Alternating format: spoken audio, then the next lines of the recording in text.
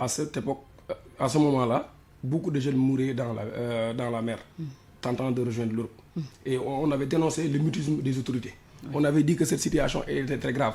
Et qu'en ce moment-là, ils étaient en train de mettre un dispositif pour empêcher aux jeunes de pouvoir aller dans la Méditerranée. On avait alerté, on avait dit que maintenant, si les jeunes n'ont plus la possibilité de sortir, ils vont rester dans le pays. Et la détermination qu'ils utilisent pour braver l'Atlantique au prix de leur vie, si cette détermination est utilisée dans les rues, ça pourrait créer des problèmes. Mais malheureusement, personne ne nous a écoutés. Tout cela découle d'une frustration de la jeunesse qui se sent abandonnée dans les politiques publiques, surtout les politiques publiques d'emploi. Et la jeunesse a constaté qu'il y avait trop de clientélisme politique au niveau des recrutements, au niveau de l'emploi de façon générale, mais au niveau des financements qui sont octroyés aux jeunes. Donc c'est toutes ces choses-là qui ont poussé les jeunes à se révolter, parce que parmi eux, il y a des enfants. Mais les plus jeunes là, ils ont leurs parents, ils ont leurs grands frères. Quand ton papa avait l'habitude de te donner des choses et qu'il n'est plus dans la possibilité de le faire, ou quand ton grand frère avait la possibilité de le faire, tu as un grand frère qui a un master, qui a un doctorat, qui a un DIA, il ne peut rien te donner. Mais c'est fort, tu seras obligé d'aller chercher pour toi-même. Donc c'est une situation assez déplorable et assez complexe. Et nous, depuis décembre 2019, nous alertons. Nous avons organisé une marche le 22 décembre 2019 et on a alerté. Le 18 février, nous avons tenu un sitting. Le 18 février, je parle de 2020. Le 18 février, on a tenu un sitting devant le ministère de la fonction publique. Le 19, je suis venu ici invité de Babacar Fall dans l'édition Info Matin. On a alerté, mais malheureusement, personne ne nous a écoutés. Donc l'histoire nous a donné raison. Très bien. Alors que depuis tout le temps, les gouvernants ont injecté beaucoup d'argent, M. Seydi, pour financer les projets des jeunes, à l'heure du bilan, il n'y a jamais eu d'évaluation, pratiquement pas grand résultat. Quelle explication faut-il en faire? Merci Binta. Je crois que, comme beaucoup de Sénégalais l'ont remarqué, la question de l'emploi a toujours été un problème. Pas tout simplement des jeunes, mais de façon générale, parce qu'il n'y a pas que les jeunes qui sont dans une situation de précarité d'emploi. Même ceux qui ont leur emploi vivent à la limite dans une précarité. Parce que cela ne leur permet pas, les revenus qu'ils en tirent ne leur permettent pas effectivement de gérer leurs préoccupations quotidiennes. Ça, c'est la première chose. La deuxième chose, le groupe jeune, on ne peut pas l'analyser de façon homogène, parce que dans ce groupe de jeunes, il y a des diplômés, il y a d'autres qui détiennent des certificats professionnels, ensuite il y a d'autres qui n'ont aucune formation, aucune technique spécifique qui leur permette d'être employables. Donc le problème de premier problème, l'employabilité même de ces jeunes. Et même ceux qui détiennent des diplômes, généralement, c'est des études de façon générale qui ne correspondent pas naturellement aux besoins de l'employeur. Ça, c'est un problème fondamental. Ensuite, la question du sous-emploi aussi touche ceux qui ont des certificats professionnels qui peuvent être opérationnels, mais malheureusement, nous n'avons pas un tissu industriel qui permette d'absorber cette masse-là. Donc, ce qui fait qu'il y a discordance entre les montants avancés par les gouvernants pour pouvoir résorber le gap de l'emploi et l'employabilité même de ces jeunes-là. Donc, ce qui fait qu'avant même de parler d'évaluation, c'est-à-dire que même sur le processus même, il y a beaucoup de failles qu'il faudrait régler à l'avance. Oui, c'est-à-dire qu'il ne s'agit pas seulement d'avoir des diplômes universitaires pour pouvoir trouver un emploi. Le problème de l'employabilité aussi se pose, Félix Izalé. Yves Zalé. Est-ce que vous êtes le frère de Félix Izalé? Félix Izalé, on est parents. Vous êtes des parents, très bien. C'est une famille. Mes salutations à Félix. Oui, par rapport au financement, moi je voudrais savoir que l'on fasse un bilan de ce qui a été financé. Absolument. Combien a été financé? Combien de jeunes ont été financés? Est-ce que ces jeunes qui ont été financés, ils ont remboursé? Parce que nous sommes au courant que beaucoup parmi eux, c'est pour des raisons politiques, ils ne remboursent pas. Parce qu'ils sont dans la mouvance. Donc c'est beaucoup de problèmes. Ils parlent d'employabilité. Mais les diplômés de la FASTEF, ils ont eu le diplôme depuis 2013. Ils ont observé des grèves de la faim. Et d'ailleurs, il y a 3 parmi eux qui sont morts dans la mer parce qu'ils ont voulu immigrer clandestinement. Donc c'est beaucoup de choses. Et, diplôme pour diplôme. Allons voir les diplômés de la fac de médecine.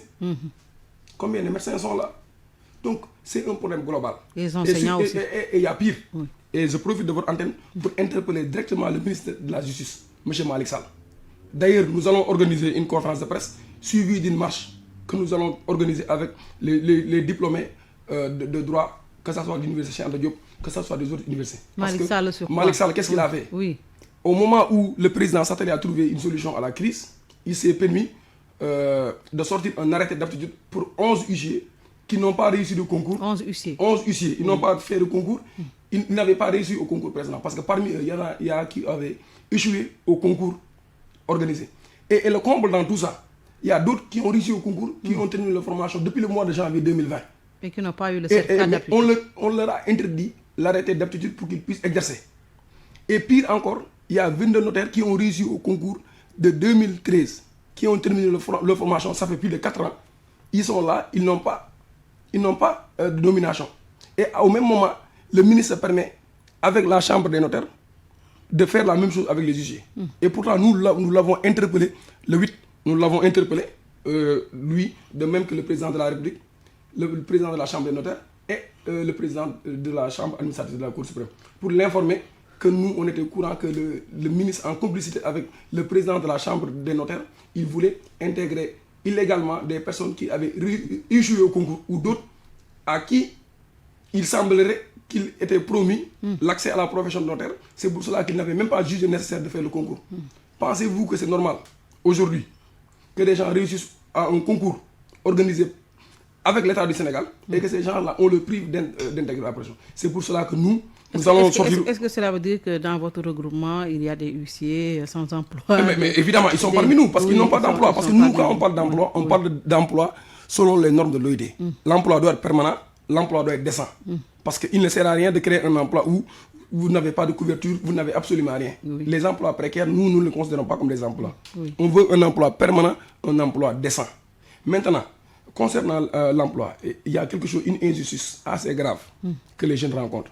Aujourd'hui, pour faire le concours de l'ENA, on dit que vous n'avez le droit de faire le concours de l'ENA que 3 fois. Vous pensez que ça, c'est normal? Alors qu'eux, ils ont la possibilité d'aller 3 fois ou 4 fois, 5 fois aux élections présidentielles. Et personne ne dit que si vous êtes candidat à une élection présidentielle, à 3 reprises, vous n'avez plus le droit d'être candidat.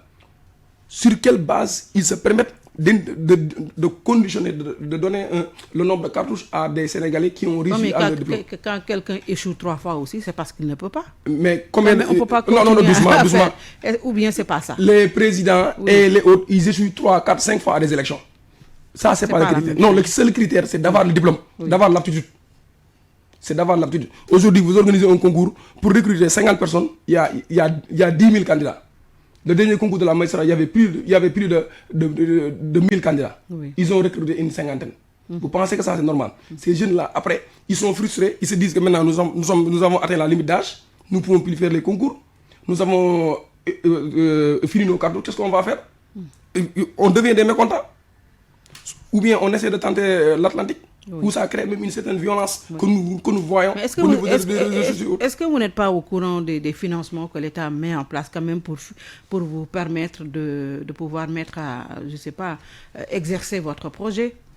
Madame. Il y a combien d'argent qui a été injecté dans la DER, par exemple? Ouais, mais c'est l'occasion pour moi de demander. Vous avez essayé, est-ce que vous avez essayé? Nous, à la DER, on avait déposé, dès les premières heures, on avait déposé 9 projets. Pour les membres du regroupement et un projet pour le regroupement. Mais malheureusement, ils n'ont financé aucun de ces projets. Pourquoi? Peut-être que vous le savez, parce que nous ne sommes pas de la mouvance. Et que peut-être nous sommes réputés déjà... Peut-être que le projet n'était pas bancable non, madame. Je ne sais pas, je pose une question. Ça, ce sont des arguments qui ne tiennent pas la route. Le projet n'est pas bancable quand il s'agit de nous. Et pour les autres, le projet est bancable. Je vous ai donné la dernière fois un exemple. Allez à Touba, c'est lui qui écrit les projets pour tous les gens qui sont là-bas. Je peux même citer son nom si vous voulez. Oui, allez-y. Il s'appelle Pape Ibrahima Faye. Et les gens qui sont à Touba, que je salue au passage parce que nous sommes au mois de Kassou Rajab. Et c'est le dernier jour du mois de Kassou Rajab, c'est le mois de Seigne Fallou, que je salue au passage, je salue les marabouts qui m'écoutent, qui nous soutiennent. Très bien. Et lui, c'est lui qui écrit les projets pour les gens. Et lui, son propre projet n'a pas été financé.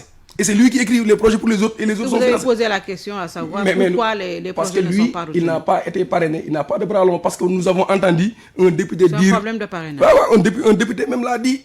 que les projets de ces éléments n'ont pas été financés. Et après, là, on a vu que les projets ont été financés. Donc, c'est beaucoup de problèmes qui sont là. Dit, on a quand même vu la DER 30 milliards au début. Avant-hier, ils ont encore reçu 19 milliards pour projets. L'argent est destiné à financer quand même les projets des jeunes. Mais on a comme l'impression que ça ne marche pas ou l'argent ne va pas là où il doit aller. C'est vrai que les institutions que l'État a créées pour apporter des éléments de réponse à la question de l'emploi sont nombreuses et reçoivent des financements énormes, aussi bien de l'État que de la part d'autres partenaires. Ça, c'est clair et évident. Je dis encore une fois, si on revient sur la question du nombre d'emplois que l'État peut absorber, il est très minime par rapport à la demande actuelle des jeunes. L'État n'a pas vocation à employer en réalité. Il y a, parfois la discordance, c'est quoi? C'est qu'il y a une différence entre les ministères formateurs et les ministères recruteurs. Si le ministère de l'Enseignement supérieur forme des enseignants au niveau de la FASTEF et que le ministère recruteur n'a pas besoin de ces enseignants-là, théoriquement, ils ne peuvent pas être recrutés. Ça, c'est assez clair. Ce qui veut dire que l'on forme pour rien du tout. Parfois, oui. Parfois, oui. C'est grave. Parce que la formation, en tout cas du point de vue de l'État, si on considère que vous devez être employé, devrait correspondre aux besoins identifiés par le ministère recruteur. Donc ça, c'est assez clair. Donc c'est ça qui crée un peu ces incompréhensions entre les formés et les ministères entre eux-mêmes. C'est la première chose. La deuxième chose est que les financements accordés à la DER et aux autres institutions, vous allez les tripler aujourd'hui, vous ne réglerez pas le problème. Le problème, ce n'est pas fondamentalement lié au financement ou à l'argent. Vous formez, vous donnez à la DER, ils vont financer un projet de jeunes, c'est un novice dans son entrepreneuriat. Absolument. À la limite, pour la plupart, sont voués à l'échec. Il y a eu des expériences, on parle sur la base des expériences qui sont passées déjà depuis les années 90 avec le régime socialiste qui était là.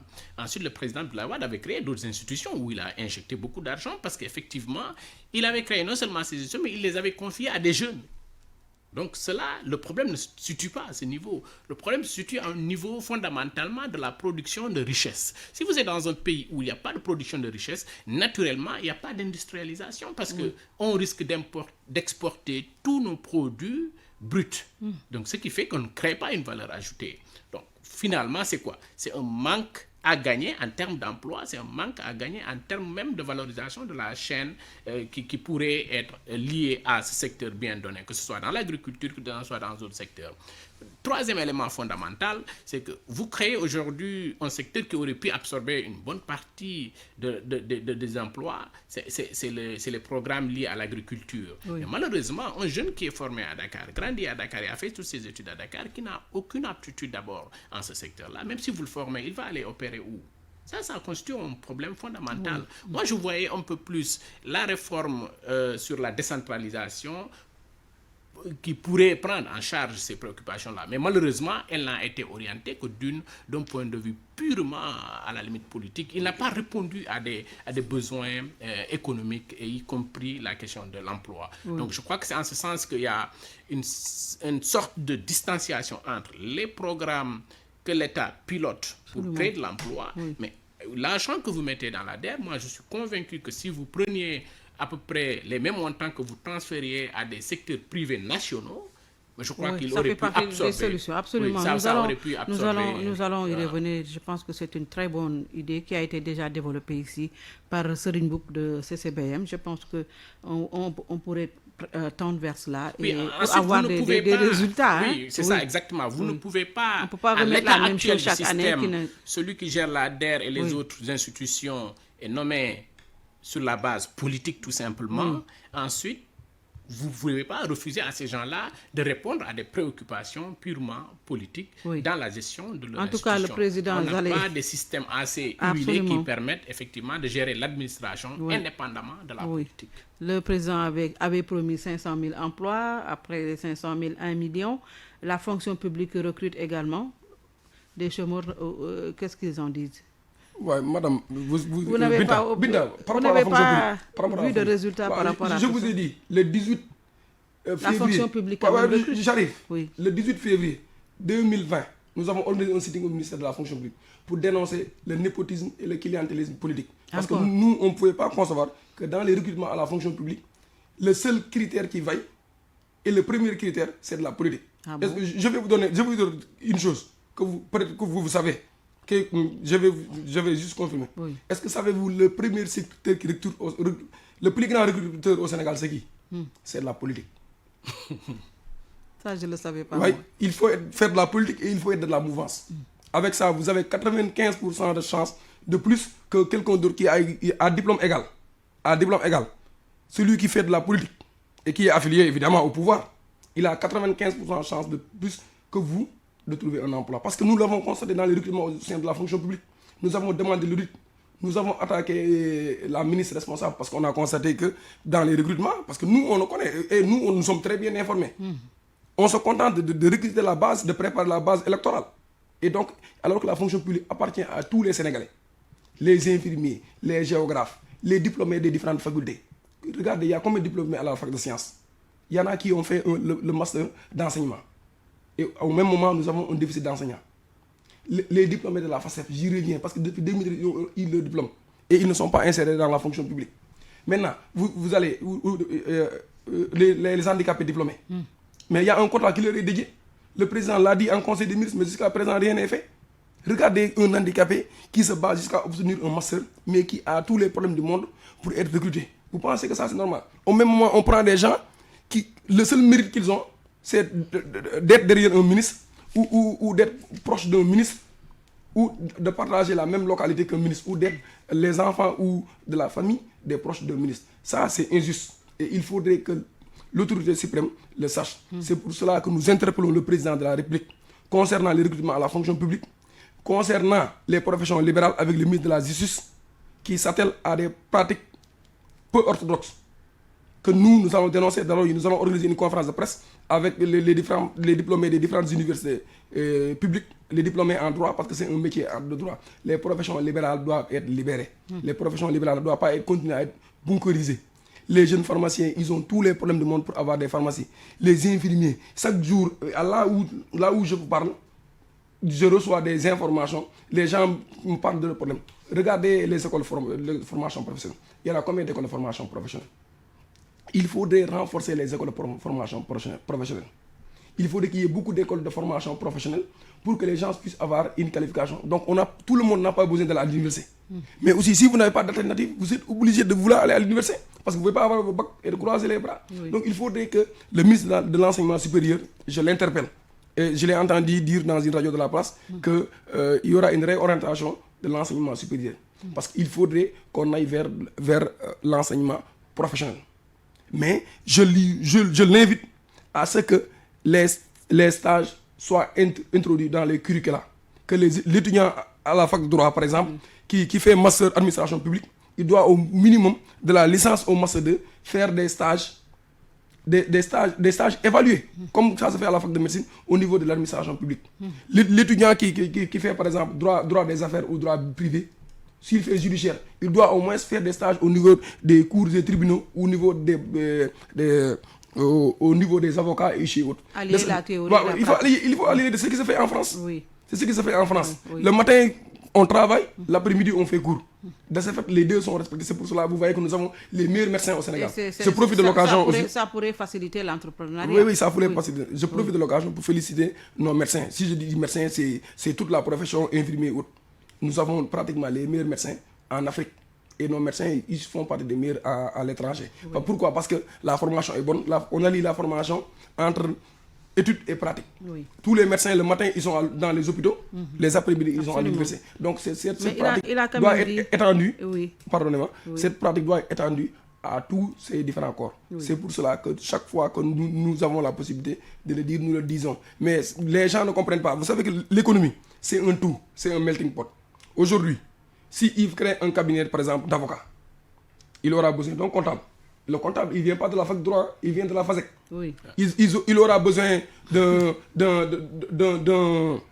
gardien qui n'a pas forcément besoin d'avoir un diplôme. Oui. Il aura besoin peut-être d'un chauffeur. Oui. Il aura besoin d'un livreur.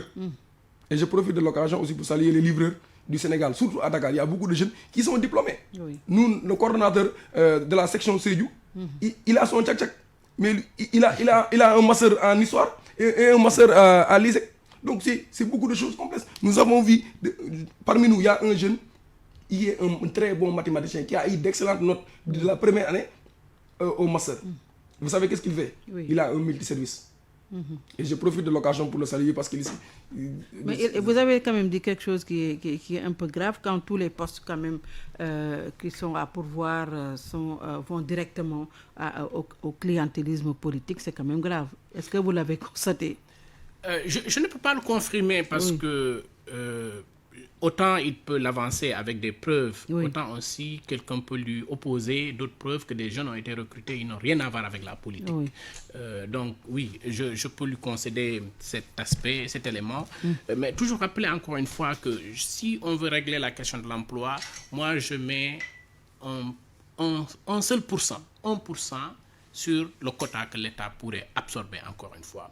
Je ne vois pas comment un État sérieux pourrait porter tous les jeunes qui sont diplômés et qui ont des certificats professionnels pour être employés. Ça, c'est fondamental. Par contre, ce que l'État peut faire, c'est aménager les conditions nécessaires qui permettront à ces jeunes-là d'être employés. Ça, c'est fondamental. Deuxième chose, je reste encore figé sur cette position, c'est que si on n'a pas de richesses qui sont produites et que ceux qui sont déjà employés, d'ailleurs, vivent dans la précarité, les deux ensemble ne favorisent pas l'employabilité des jeunes qui viendront. À la limite, moi, j'ai envie de dire aux jeunes ou à certains de mes camarades, arrêtez maintenant de chercher du travail parce que, à la limite, si vous cherchez de l'emploi, vous continuez à rester des chômeurs pendant au moins 10 ans. Au Sénégal, vous pouvez rester jusqu'à 40 ans, vous n'avez pas votre premier emploi. Donc, je considère que ça, c'est aberrant. Alors, je dis à ces jeunes-là, arrêtons maintenant de chercher d'emploi. Et de faire créons nous-mêmes les emplois, je ne sais pas comment. La magie, on pourra peut-être revenir un peu sur certains détails. Il a donné plusieurs exemples ici, jusqu'à ce que, exactement, qu'on trouve un emploi. Mais fondamentalement, si vous voulez qu'on aille vers cela, il a mentionné la question des écoles professionnelles. Oui, mais de plus en plus, vous voyez que ces écoles professionnelles aujourd'hui reproduisent le même schéma que l'université. Parce qu'elles ont beaucoup plus maintenant tendance à absorber le trop-plein d'étudiants qui sont à l'université par le système de contrat qu'ils ont avec l'État. Mais ce qui fait qu'ils créent des filières qui sont les mêmes que celles qui sont dans les universités publiques et de façon traditionnelle. Alors, vous augmentez le nombre de diplômés, mais vous ne changez absolument rien sur la chaîne.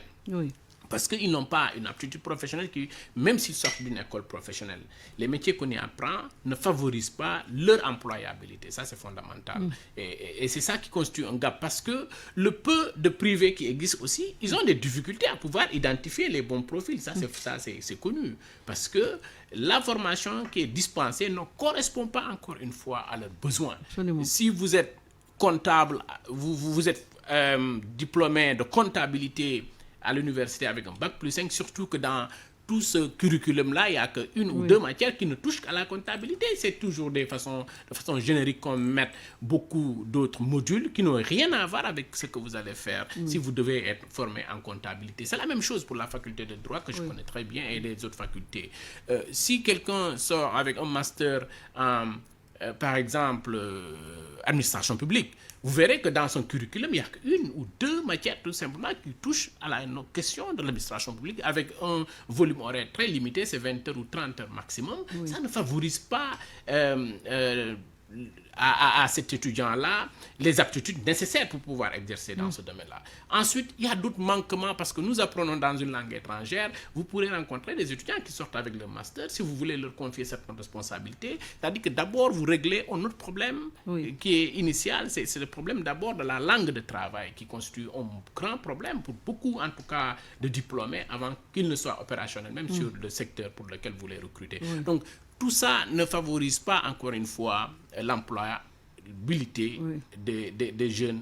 Et moi, je considère qu'aujourd'hui, ce qu'il faut faire, encore une fois, c'est de renforcer tous les circuits qui peuvent absorber de l'emploi, les formations qui peuvent mobiliser beaucoup d'autres jeunes. Mais quels sont ces circuits-là? Qu'est-ce qu'il faut maintenant réellement pour trouver quand même un équilibre? Un équilibre et puis voilà une solution à cette problématique de l'emploi des jeunes. Alors la première chose, c'est quoi? C'est là où je suis d'accord avec lui, c'est d'arrêter de politiser les choses. En faisant quoi? C'est-à-dire que chaque individu qui a un problème, il a la solution du problème dans sa tête. Ce qu'il n'a pas, c'est les moyens de solutionner le problème lui-même. Alors, si vous interrogez directement ces concernés, ils vous diront comment ils comptent eux-mêmes régler le problème de leur emploi. Il a présenté beaucoup de schémas ici qui permettent aujourd'hui, s'ils sont pris en compte, de régler en tout cas une bonne partie du problème de l'emploi. Ça, c'est un premier élément. Le deuxième élément, si vous allez à l'université, je crois qu'il faut carrément une refonte du curriculum universitaire.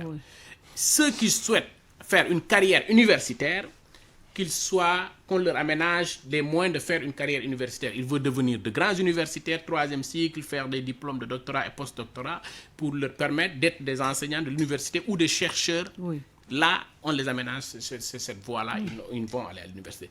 Ceux qui souhaitent chercher de l'emploi, mais je crois qu'ils pourront bénéficier de cette refonte du curriculum pour aller apprendre des métiers. Et vous verrez que beaucoup de métiers qui sont là, c'est des métiers à courte durée. Vous n'avez pas besoin de faire 5 ans dans une université pour être un bon comptable. 3 ans de comptabilité, vous n'apprenez que la comptabilité, ce qui fait que vous ne ferez que de la comptabilité, c'est votre choix. Vous, si le technicien des micros, il a appris que ça, il est bon dans ce qu'il fait. Ce qui nous manque souvent, c'est quelqu'un qui est bon dans son secteur. On est tous des touches à tout.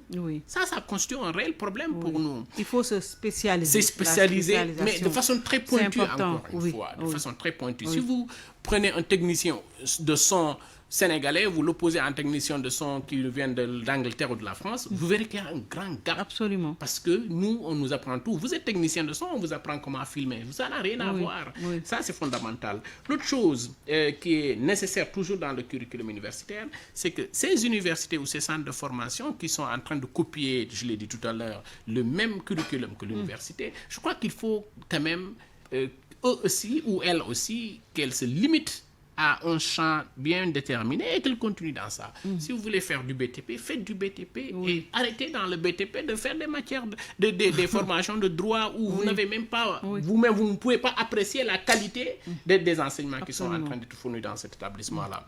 Ensuite, après avoir formé, il faut que ces gens qui sont formés soient absorbés par quelqu'un, ce qu'on appelle l'entreprise. Mais si jusque-là, on ne parvient pas à consolider le peu que nous avons en termes de privé national, mais malheureusement, on continuera dans cette situation où les jeunes voudront aller à l'extérieur pour pouvoir trouver de l'emploi, mais ensuite, même ceux qui auront trouvé de l'emploi il faut davantage soutenir le privé national. Exactement. Ceux qui auront trouvé de l'emploi ici... arrêter les financements, moi les milliards que l'on injecte je l'ai dit plus haut.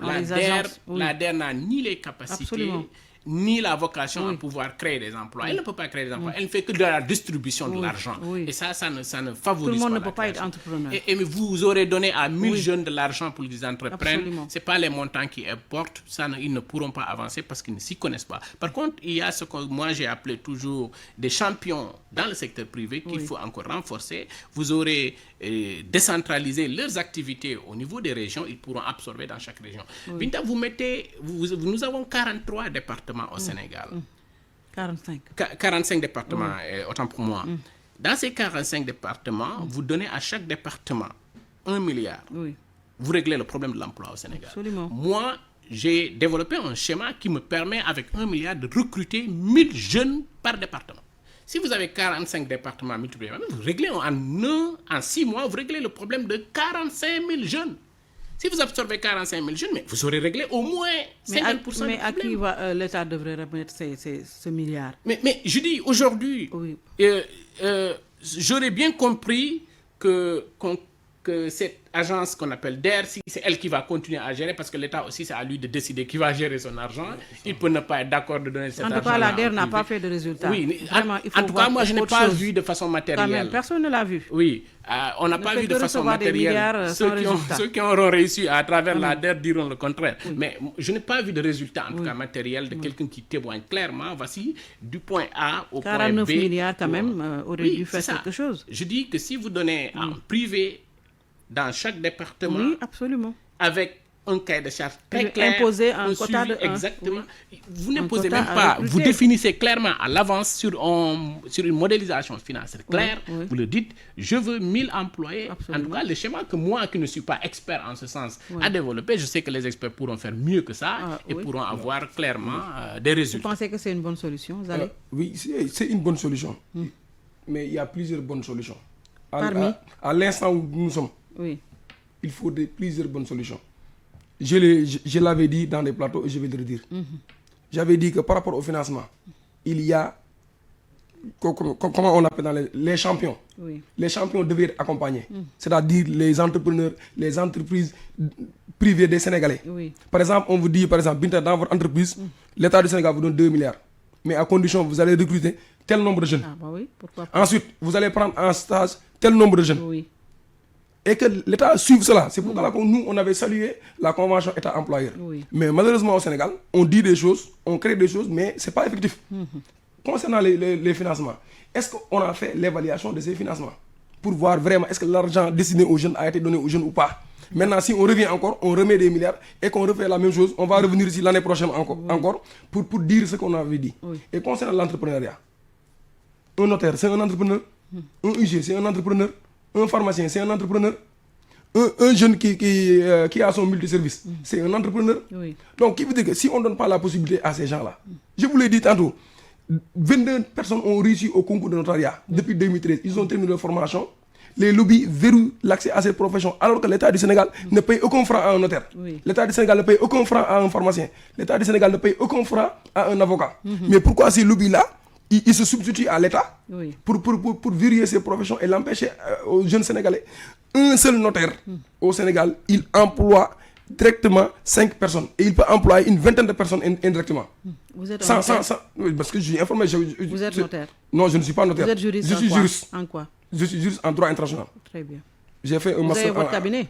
Non, je n'ai pas encore de cabinet. Le problème, vous savez, madame, Oui. pour prendre un cabinet aujourd'hui, Oui. il vous faudrait au minimum 3 à 6 mois dans lesquels vous ne serez pas connu. Les gens vont douter de vous, comme tout Sénégalais. Quand vous êtes jeune, ils disent non, c'est des jeunes, c'est des jeunes. Il faudrait que vous fassiez une sorte de bénévolat pendant 6 mois pour que les gens vous connaissent, pour que les gens sachent que vous savez travailler. Donc les 6 premiers mois, comment vous allez faire avec la location? Surtout à Dakar où la location est excessivement chère. Oui. Beaucoup de jeunes aujourd'hui, ils ont tous les problèmes du monde pour tenir leur business. Parce que la location, elle est chère, Oui. l'électricité, elle est chère. Absolument. Moi, j'ai des amis qui sont dans le business, ils ont tout le temps de ces problèmes-là. Quand vous finissez de faire la location avec le petit personnel que vous avez, vous vous retrouvez avec pratiquement rien du tout. Donc, c'est des problèmes qui dépassent notre simple cadre. Parce que en économie, madame, vous savez, en économie, tout est lié. Oui. Ça va du droit aux lettres. Ça va du droit aux lettres modernes et à l'histoire. Donc, tout est lié. S'il y a une défaillance quelque part, il y aura forcément des répercussions. Si on ne vous a pas appris c'est quoi le patriotisme, si on ne vous a pas appris c'est quoi aimer le Sénégal, aujourd'hui, si vous êtes président, je donne un exemple. Aujourd'hui, si vous êtes président ou vous êtes ministre, vous ne pourrez pas avoir une certaine lucidité dans vos prises de décision parce qu'il y aura eu un manquement dans votre formation. Si, étant élève, on vous a habitué à tricher, un jour, le jour que vous serez médecin, vous serez un mauvais médecin parce qu'à un moment, vous devrez faire une opération et que ce cours-là, vous ne l'avez pas appris. Vous avez triché pour réussir et donc le problème va revenir. Oui. Donc il faut arrêter de reporter les problèmes. Il faut trouver une solution définitive à ces problèmes. Oui. C'est pour cela que nous avons toujours demandé qu'il y ait une école des professions libérales, des métiers de droit. Une école qu'on pourra appeler école des professions de droit. Ça, peu importe la formulation. Où il y aura un recteur, un doyen, peu importe la formation. Il y aura par exemple section notaire, il y aura section huissier. Il y aura section avocat, il y aura section clerc, il y aura section commissaire-priseur. De ce fait, les jeunes là qui font, par exemple, les métiers du droit, qu'ils sachent que l'avenir est là. Ils vont se concentrer. Les jeunes qui font, par exemple, lettres modernes, par exemple, histoire géo, qui sont destinés à l'enseignement, il faut qu'ils aient la possibilité d'enseigner soit dans le privé, dans le public. Mais ce qu'on constate, ceux qui enseignent dans le privé, c'est eux qui enseignent dans le public. Alors qu'il y a une norme communautaire qui dit que pour l'enseignement supérieur privé, 70% du personnel, il doit être permanent. Oui. Mais rien n'est fait. Mais le problème que nous avons avec l'État, on ne demande pas à l'État de donner de l'emploi à tout le monde. Oui. Mais le problème est que l'État ne joue pas le rôle d'arbitre. Si Binta, Youssou Ndour et autres, ils disent que maintenant, personne ne va avoir un autre groupe de presse au Sénégal. Ils s'arrangent, ils font un lobbying. Maintenant, si Yves, ou si Modou, si Mamadou Niane, ou Pape Moussa, ou Ablaye Thiam veulent, par exemple, ouvrir une boîte. Oui. Et qui s'arrange pour que ça ne se passe pas. C'est ce qui se passe au niveau des notaires, c'est ce qui se passe au niveau des huissiers, c'est ce qui se passe au niveau des pharmaciens, c'est ce qui se passe au niveau de l'ordre des experts. Donc c'est beaucoup de secteurs dans lesquels l'État devait jouer le rôle d'arbitre. Entre le fort et le faible, c'est l'État qui libère et qui arbitre. Mais si l'État laisse faire, si l'État est en complicité, comme le ministre de la Justice est en complicité avec les huissiers et les notaires, mais qu'est-ce que les jeunes vont devenir?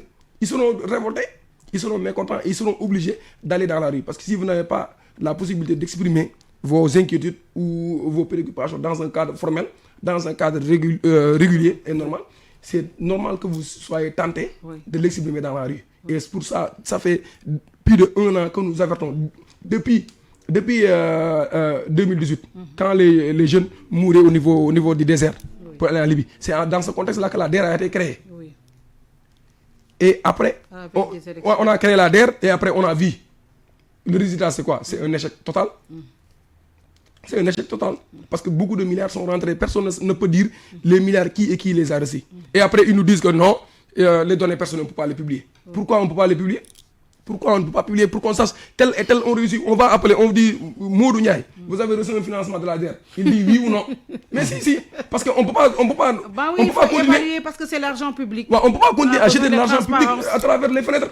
Quand même, ça, il faut que les gens le sachent. On ne peut pas jeter de l'argent public à travers. Maintenant, si Binta a son propre argent ou à sa boîte privée, il fait ce qu'il veut, ça c'est son problème.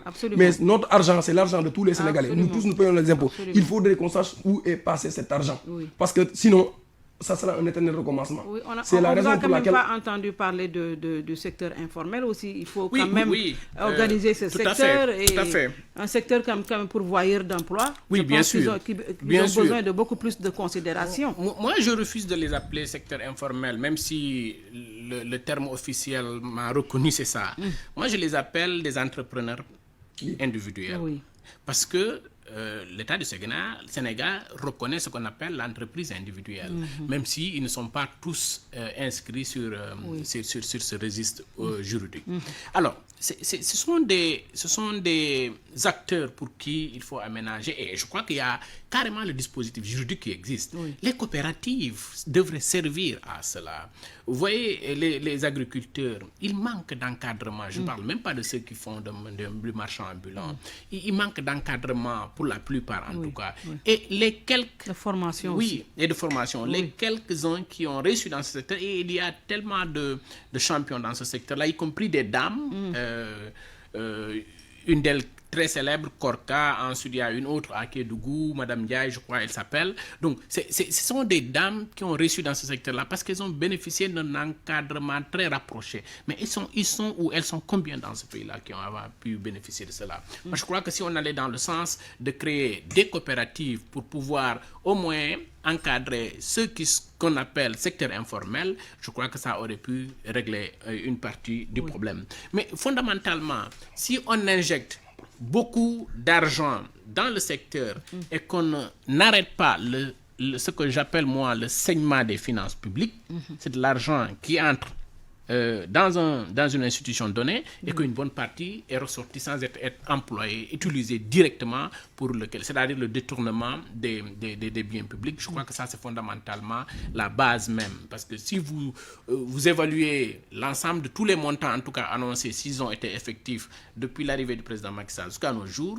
c'est des centaines de milliards qui ont été investis dans ce secteur-là, mais avec au bout du compte, aucun résultat. Moi, je crois que là, il faut régler un problème de gouvernance. Le dernier élément sur lequel je voudrais insister, c'est que ces 10 dernières années où il y a eu beaucoup de rencontres, de séminaires, d'ateliers pour réfléchir sur la question de l'emploi.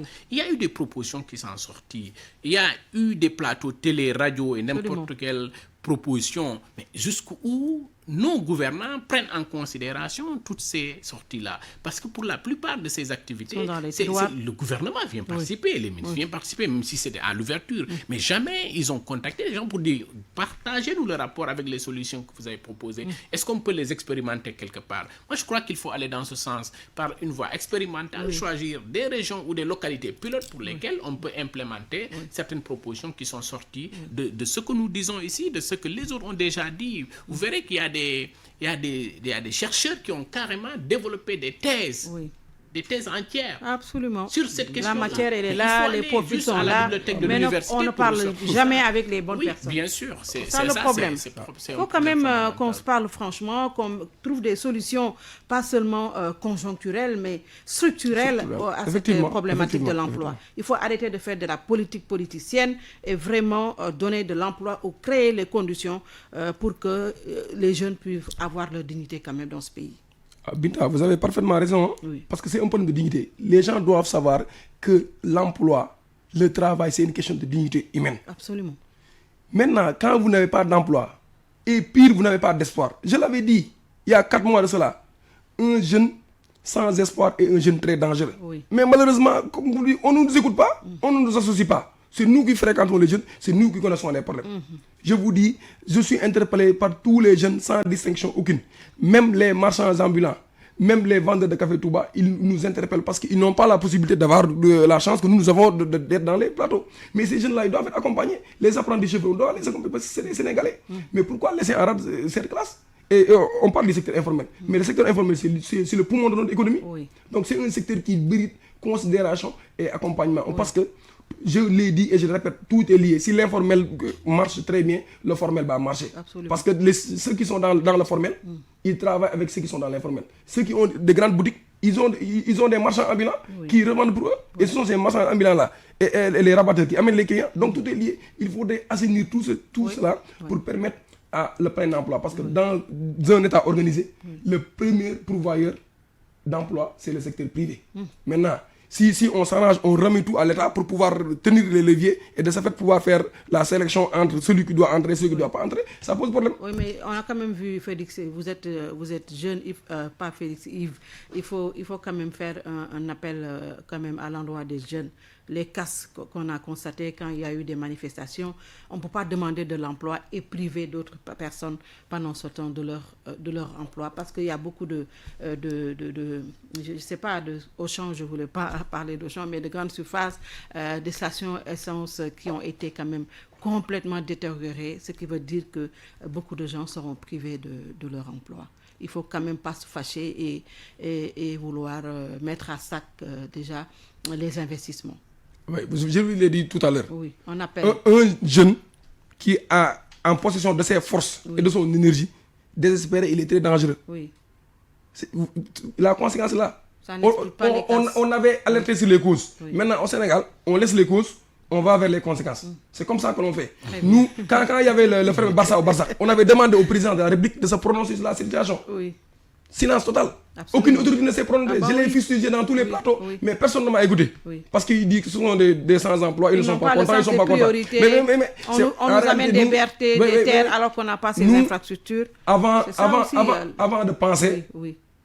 avant de penser à s'habiller aux besoins secondaires, il faut que les besoins primaires soient réglés. Absolument. Les besoins primaires, la seule manière de régler les besoins primaires des individus, c'est de leur trouver un emploi, au moins qu'ils puissent manger à leur faim. Après avoir mangé à leur faim, ils penseront à acheter une voiture, ils penseront à élire quelqu'un, ils penseront. Maintenant, concernant cet appel à la jeunesse, nous avons toujours privilégié la voie diplomatique, mais la voie normale. C'est pour cela que nous demandons à tous les jeunes de sursoir aux manifestations et d'éviter les manifestations violentes parce que c'est l'économie sénégalaise qui en perd. C'est pour cela que je ne cesse de l'appeler. Vous avez un problème d'emploi, mettez un bandeau rouge au niveau de votre main. Le président dit que ne voulait pas avoir de mais rouge et vous mettez apparemment il commence à avoir le rouge. Donc c'est bien. Il faut que les mettre. Quand on vous voit, on sait que vous n'avez pas d'emploi, mais vous n'aurez pas besoin de casser, vous n'aurez pas besoin d'insulter. Et vous n'aurez pas besoin de brûler. Très bien. Parce que l'économie n'en a pas besoin. Le président a quand même dit qu'il avait entendu l'appel des jeunes. On ose espérer que ce n'était pas un discours de plus, un discours d'apaisement. Il faut des solutions. Oui, sur la base des événements qui se sont passés la semaine dernière, si la réponse est tout simplement d'injecter de l'argent additionnel à la DER... 300 milliards déjà. Je crois qu'il n'a entendu que 2%. Il a annoncé 300 milliards. Sur ce point-là, je crois qu'il n'a entendu que 2%. Les casses ne sont pas forcément opérées par des jeunes qui n'ont pas d'emploi. Les casses ne sont pas opérées tout simplement par des jeunes anti-France. Les casses...